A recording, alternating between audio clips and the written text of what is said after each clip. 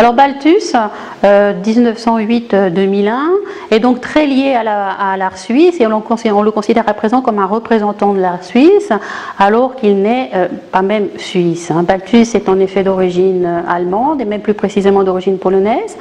La famille émigre en France et était obligée ensuite, au déclenchement de la Première Guerre mondiale, d'émigrer donc en Suisse. En Suisse, la famille est reconnue par le professeur Jean Stroll, professeur de zoologie à l'université de Zurich. Et ce premier contact avec la Suisse va initier toute une série d'autres contacts.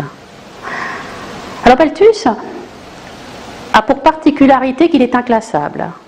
Ce qui le caractérise peut-être le plus, c'est qu'il fait le choix de la figuration à contre-courant des avant-gardes de l'époque, bien qu'il soit en contact avec tous les mouvements, il prend certains éléments, notamment au futurisme, notamment à Cézanne, et puis on refait quelque chose de propre, en refusant toujours donc de manière constante ce choix de l'abstraction, s'en tenant donc à la position de Derain. L'œuvre de Balthus est composé de différents genres, n'est pas très diversifié dans le fond, est composé de scènes intimes, est composé de paysages, est composé de scènes de rue, et puis de toute une typologie de figures singulières, dont celle très connue du chat. Bertenberg, ça va être le lieu, la source d'inspiration d'une des seules œuvres qu'il va consacrer à la montagne, aux Alpes. Car Balthus a une spécialité, une autre singularité parmi les artistes entre guillemets suisses, puisqu'il n'est pas suisse, c'est de ne pratiquement jamais représenter les Alpes, bien qu'il ait toujours insisté sur leur importance dans son inspiration et son lien à la Suisse.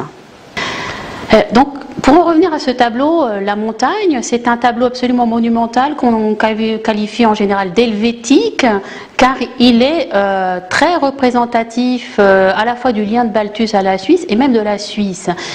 Alors, ce tableau est commencé en 1936, il est actuellement conservé à New York, au Metropolitan, et il représente donc, c'est assez compliqué d'ailleurs à expliquer, une série de petites scènes enchevêtrées devant une énorme montagne avec un éclairage tout à fait particulier avec différents points de lumière et sans focale apparente, ce qui donne une impression très surréaliste, bien que Balthus se soit toujours défendu du surréalisme, et le rapproche un petit peu de Magritte.